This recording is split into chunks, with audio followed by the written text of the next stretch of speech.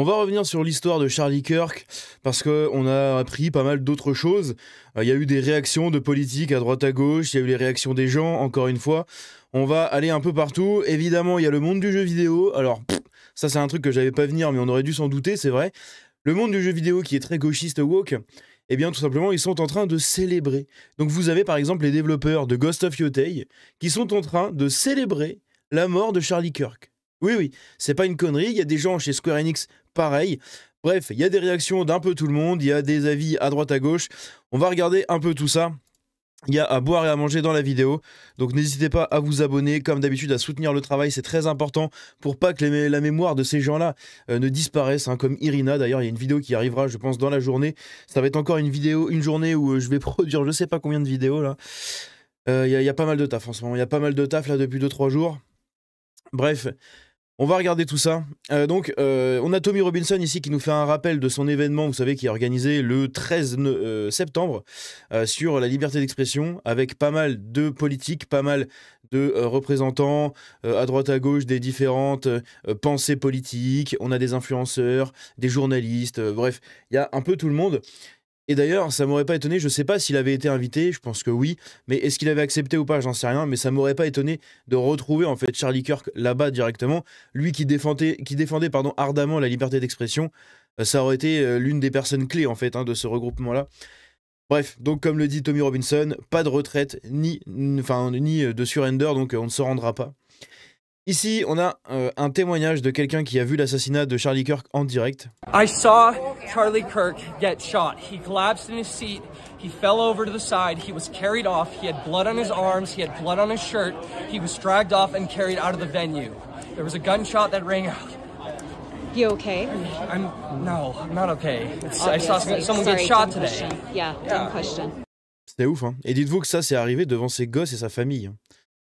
Ici, on a les devs de Ghost of Yotei qui sont en train de célébrer en fait la mort de Charlie Kirk, puisque on a quelqu'un ici donc qui est un développeur qui bosse sur Ghost of Yotei et tout simplement qui ironise sur le tireur, etc. C'est quand même assez scandaleux, sans déconner, et vous allez voir que c'est vraiment pas les seuls. On a le STJV, le groupe de woke là, je sais plus quoi là. Aux États-Unis qui a réagi aussi en qualifiant de une balle un fasciste, hein. En gros c'est un peu ça. Bref, c'est lunaire.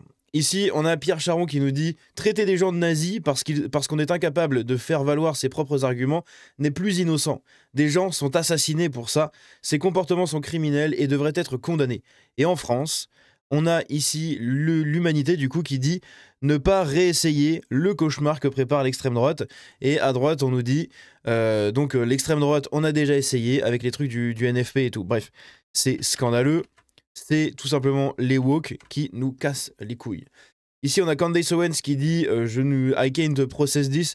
Donc en gros je peux pas j'arrive pas à le capter en fait, j'arrive pas à comprendre, j'arrive pas à capter en fait ce qui vient de se passer quoi.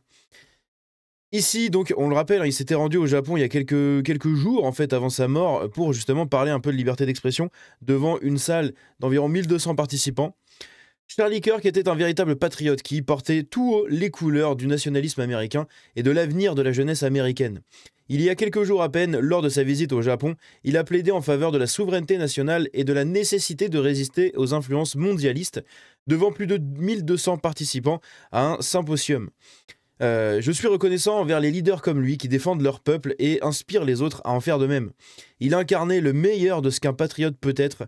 Merci Charlie pour ton courage, ton héritage ne sera pas oublié. On a John DeLorean qui nous dit « Des gens encouragent la violence pour des idées politiques à la télévision française sans aucune sanction. Quand est-ce que tout ceci va s'arrêter ? Il faut s'engager dans cette guerre politique car sinon nous allons sombrer. Il faut combattre cette haine à tout prix. » C'est assez incroyable qu'à la télé, il y ait des gens qui puissent dire littéralement « Oui, bah en même temps, il l'a un peu mérité. Hein, à force d'attiser la haine, il se prend une balle. Bah, c'est logique. » Comment ça, c'est logique ? Vous êtes en train de légitimer en fait l'assassinat politique. Vous êtes en train de légitimer l'assassinat politique. Vous chialez à longueur de temps, là je parle aux gauchistes, hein. Vous chialez à longueur de temps sur la Russie qui emprisonne les adversaires politiques, la Chine qui fait pareil, tous les régimes comme ça, vachement stricts, voire même autoritaires pour certains, comme la Corée du Nord, etc., qui tout simplement emprisonnent, voire même assassinent leurs ennemis politiques. Il se passe ça en Occident et vous jubilez devant ça, en fait. Vous jubilez devant ça. Donc ça prouve bien que si un jour vous êtes au pouvoir, vous seriez les prochains. Les prochains à enfermer vos adversaires politiques et tout. Et en fait, c'est littéralement ce qui se passait pendant le communisme, hein, à l'époque de l'URSS et à l'époque, tout simplement, des Khmers rouges en Asie du Sud-Est, etc. Bref, c'est ce qui s'est toujours passé, en fait, en Amérique latine et tout.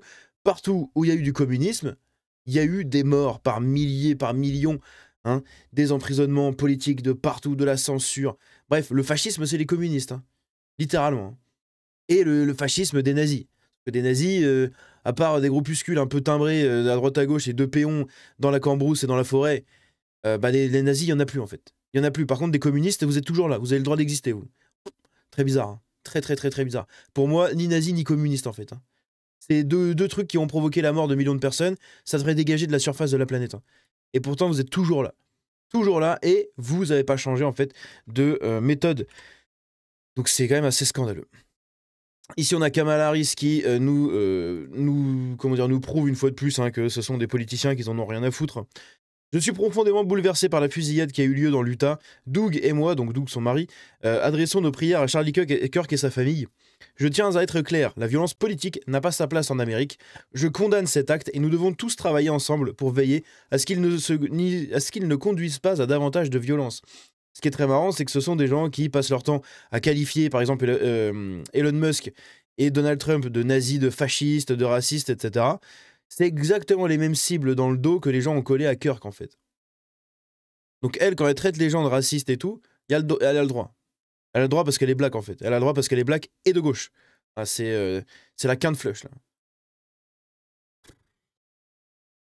Ici, on a des gens, je ne vais pas vous passer l'extrait, mais en gros, on a des gens qui... un journaliste qui demande, voilà, qu'est-ce que vous pensez de la mort et tout. Il y en a qui sont, oui, je suis d'accord et tout. En gros, ils sont d'accord pour qu'il soit mort. Des gens qui disent, mais il a quand même été assassiné, oui. Donc vous soutenez l'assassinat, oui. Il y a des gens comme ça, en fait. Vous avez des gens comme ça dans les rues, hein. Le rat parmi les rats est évidemment au rendez-vous. Ces gens-là ne sont pas humains, il faudra en tirer des conséquences et vite. Ce sera eux ou nous. Donc là, c'est par rapport à un mème. Vous savez, le mème du japonais là qui jouait en fait à Pokémon Go. Là, c'est un mème qui a 10 ans. Et en fait, le mec, il était sur son vélo, il avait acheté plein de téléphones pour jouer à Pokémon Go. Et donc c'est devenu un mème. Et en gros, c'est marqué. Moi, quand je suis en train de liker tous les tweets en gros qui détestent Kirk. Et ça a été retweeté par Régé le Gorilla. Et juste en dessous, il a dit, si j'ai pas respecté quelqu'un de son vivant, je ne vais pas commencer à le respecter après sa mort. Voilà. Vous voyez, hein, c'est là. Charlie Kirk, donc ça c'est Alexandre Cormier-Denis, a littéralement passé sa carrière à débattre démocratiquement avec la gauche pour finir assassiné. Alors que son cadavre va être encore chaud, des centaines de comptes de gauchistes sur Blue Sky légitiment son meurtre au nom du combat contre le mal. À force de nous répéter que la droite populiste, c'est le nazisme, qu'il y a une montée du fascisme, et de déshumaniser les adversaires politiques, qu'on ne débat pas avec des fascistes, on les combat, punch nazi, etc., l'extrême gauche légitime la violence politique et les assassinats ciblés. Tout cela pourrait très mal finir pour tout le monde. Charlie Kirk, Risquet Pache. C'est un truc de fou.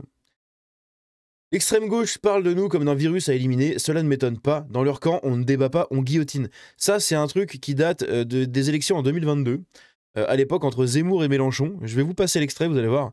C'est très pertinent avec ce qui s'est passé là, très pertinent. Votre registre sémantique est intéressant.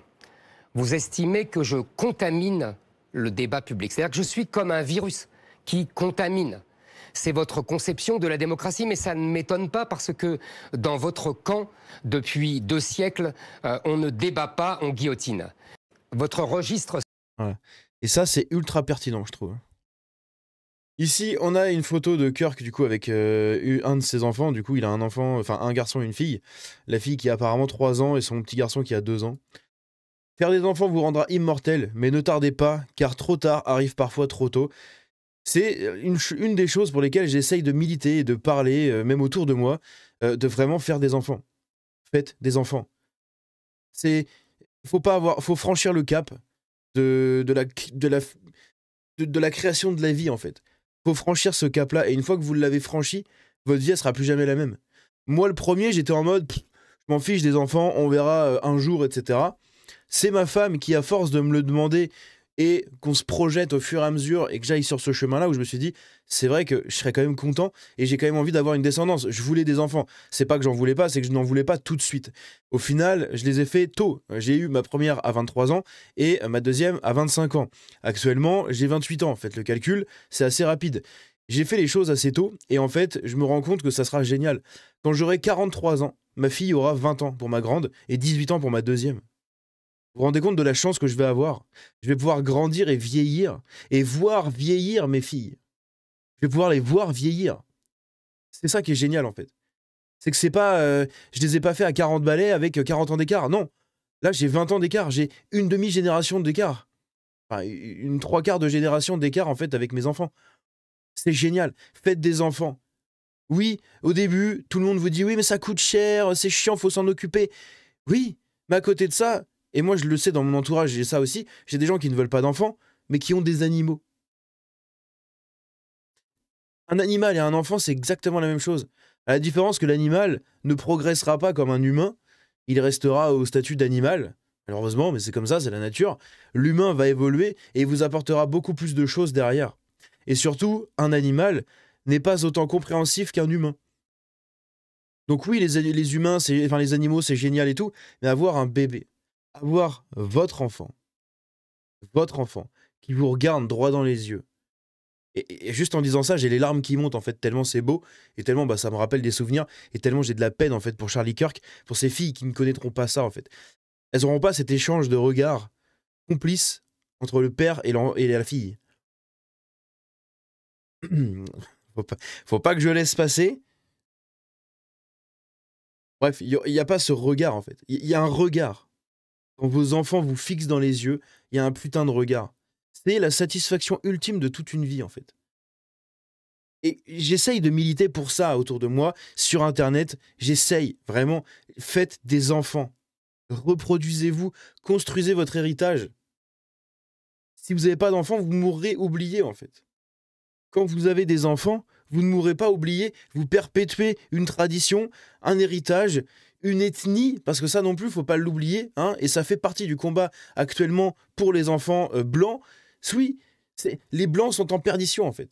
Les blancs sont en perdition, à part quelques familles catholiques à droite à gauche qui font encore beaucoup d'enfants, donc voilà, ça perdurera. Mais je veux dire, des blancs comme moi, de la Cambrousse, ou des jeunes, etc., les gens sont perdus en fait. Les gens sont perdus, il n'y a plus d'enfants, il n'y a plus rien. Bref, je ne veux pas débattre plus longtemps là-dessus, enfin, j'aurais expliqué plus longtemps là-dessus, parce que de toute façon, j'ai dit des trucs logiques en fait, mais il faudrait une vidéo entière là-dessus, ou un live entier là-dessus, où je vous donnerai mon avis, et je pourrais débattre avec des gens qui n'ont pas d'enfants, mais en fait, il faut arrêter d'avoir peur de passer ce cap-là, ce cap de créer la vie en fait. C'est un cap absolument génial. C'est juste qu'on est dans une génération, en tout cas je parle de la mienne, hein, on est dans une génération, la génération de fin 90, début 2000, et enfin qui a grandi du coup dans les années 2000 et tout, une génération de gens qui actuellement ont 25-30 ans et qui en fait ne sont pas stables, ils n'ont pas d'emploi stable parce qu'ils s'en branlent, ou parce que des fois ils n'y arrivent pas, mais surtout parce qu'ils s'en branlent. Hein. Moi je suis le roi des flemmards à la base, j'ai réussi à avoir des tafs, hein, à avoir des tafs, à bosser 300-400 heures dans les saisons, dans des trucs comme ça. Tout en ayant un taf à l'année, en étant en CDI, juste la saison je me faisais éclater, voilà. J'ai dû repasser un diplôme hein, pour être boulanger, parce qu'à la base c'était pas ma formation initiale, donc j'ai dû repasser un diplôme pour être boulanger, que j'ai fait pendant 6 ans, 6-7 ans, non, 8 ans, ouais voilà, que j'ai fait pendant 8 ans, et à la fin, voilà, mais sortez-vous les doigts en fait, sortez-vous les doigts, faites des gosses, et arrêtez d'avoir peur de ça en fait, il faut pas avoir peur de ça, un gosse ça coûte pas des dizaines de milliers d'euros, ça va pas vous ruiner en fait. Ça va pas vous ruiner un gosse. Bref, parce qu'il y a ça aussi, hein, c'est toujours le truc de l'argent. Bon bref, je suis un peu chiant, hein, désolé de parler tout le temps de ça, mais c'est quelque chose qui me tient vraiment à cœur. Et ça m'attriste profondément en fait quand je vois que les gens, les blancs, les jeunes ne veulent pas faire d'enfants en fait. J'ai eu ma clim parce que je suis en train de mourir dans le bureau. Bref. Donc ici on a Jeff Grubb, hein, pour ceux qui s'intéressent un peu au monde du jeu vidéo aussi également à côté, notamment dans la presse du jeu vidéo et encore plus du coup dans la presse anglophone. On a Jeff Grubb qui est un mec qui a souvent ses sources, qui a souvent leaké des choses, etc.